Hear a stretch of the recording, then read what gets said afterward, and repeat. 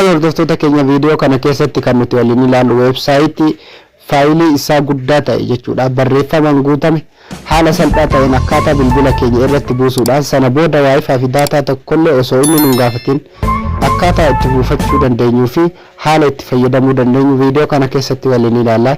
Jalqaba irratti chaanaalii kanaaf warroonni haarawaa taatan baga nagaan gara chaanaalii kanaa dhuftan isiniin jenna.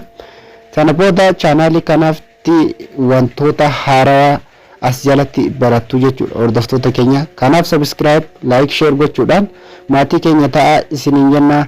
Barnoota hedduu as jala argattu jechuudha hordoftoota keenya. Kanaaf subscribe gochuudhaan maatii keenya akka taatan asuma dhaamsiin dabarsina. Gara viidiyoo keenyaatti waliin haa ceenu. Akkasuma viidiyoo keenya like gochuun hin dagatina isiniin jenna. Jalqaba irratti gara viidiyoo keenya seenuun dura viidiyoo keenya kana like gochuu hin dagatina. Akkasuma gaafii qabdan komentii irratti barreessuu hin dagatina jechuudha hordoftoota keenya. Jalqaba irratti akkuma bilbila keessan jala seentanii gara Play Store jala ni galtu yookaan bakka viidiyoo hedduu keessatti jechuudha isinitti agarsiisee jira. Bakka application hedduu irraa buufatan jechuudha Play Store yookaan Google Play Store jedhama. Erga jala seentanii jechuudha hordoftoota keenyatti bakka search kanatti offline website ittanii barreessitu jechuudha.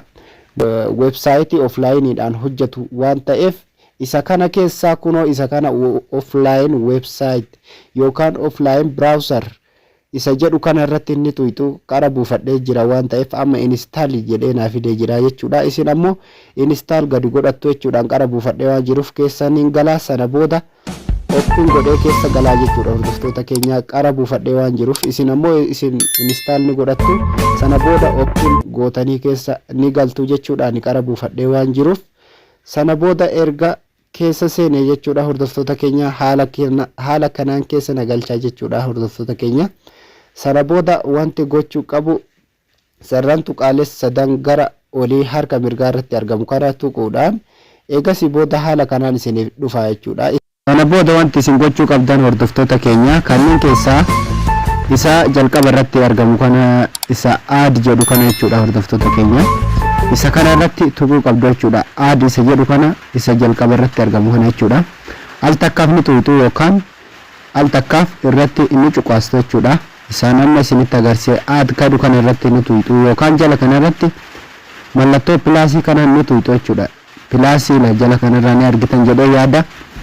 Al takkaaf irratti erga tuqxanii booda haala kanaan isin dhufaa jechuudha hordoftoota keenya. Sana booda wanti isin gochuu qabdan asitti amma linkii fi tiitilii nuuf fida jechuudha hordoftoota keenya yookaan ammoo bakka barreeffamaatii fi linkii websaayitii sanii nuuf fida jechuudha yookaan websaayitii linkii sanii irratti nu paste gochuudhaan download gadi godhannu yookaan ammoo faayilii keenya irratti gadi buufannu jechuudha.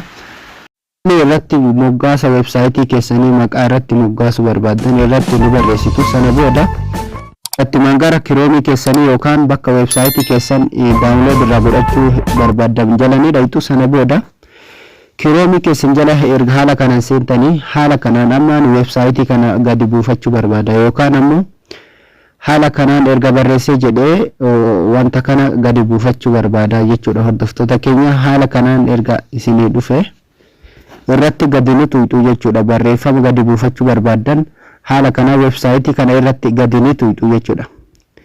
Erga haala kanaan isin tuqxanii sakandii muraasa booda yookaan sakandiilee muraasa booda haala kanaan isinii fida. Sana booda gara gubbaa olii kanatti save ta'a jechuudha barreeffamni kun hordoftoota keenya.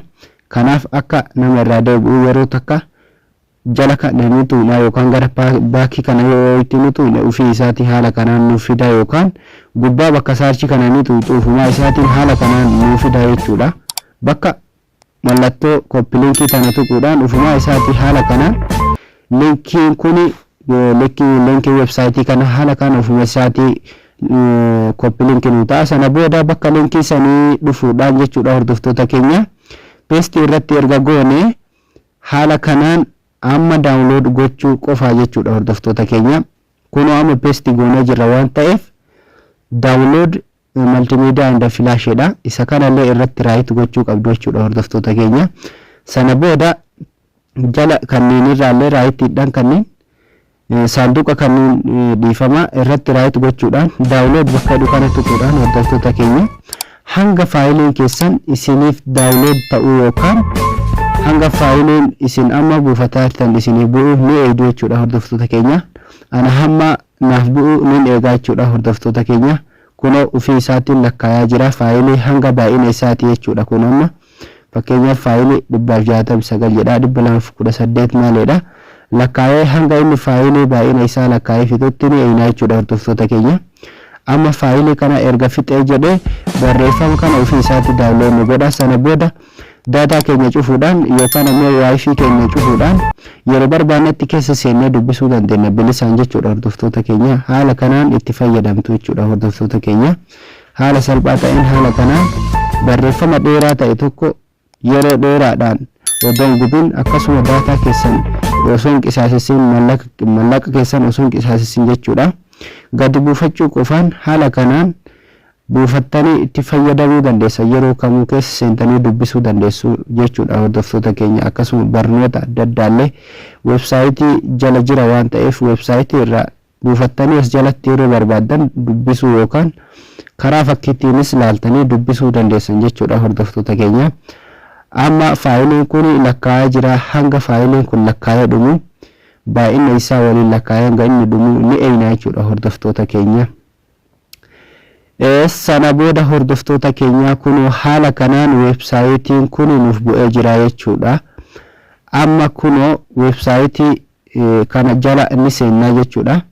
Yookaan amma daataa irraa cufna jechuudha. Daataa fayyadamaa ture waan ta'eef daataadhaan gadi buuse waan ta'eef ani isin yookaan wifi fayyadamtan waan ta'eef ani amma mobaayil daataa fayyadamee jira. Daataa kiyya cufee jira jechuudha amma hordoftoota keenya. Daataan kun hin jiru akkuma isin mul'atu kana.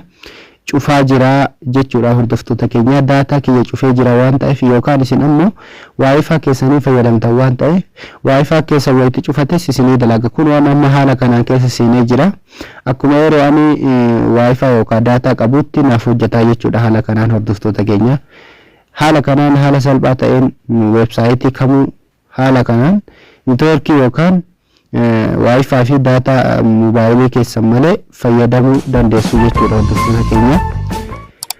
Haala kanaan ka big file jedha. Faayilii guddaadha jechuudha. Faayilii gara 500 olii haala salphaa ta'een barreeffama dhedheeraa wantoota haarawaa wantoota jechuudha wantoota oduulee haarawaa biyya keessa jiranii fi wantoota adda addaa amma kunoo ani haala salphaa ta'een akkanatti dubbisuu danda'a jechuudha. Sila amma karaa onlaayinaatiin ta'ee yeroo dheeraa fi akkasuma mallaqa hedduu na barbaachisa jechuudha gaafa mobaayil daataa fayyadame. Kanaaf hordoftoota keenya haala salphaa ta'een appilikeeshiniin kun buufachuudhaan akkaataa itti fayyadaman guutuu isaatti isinitti agarsiisee jira jechuudha.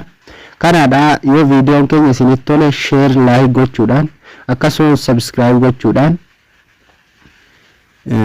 nu jajjabeessaa isiniin jenna hordoftoota keenya. Hanga viidiyoo biraa qabannee isinitti deebinutti nagaan tura. Yoo gaaffii qabaattan koomentii barreessuu hin irraanfatina. Bye bye.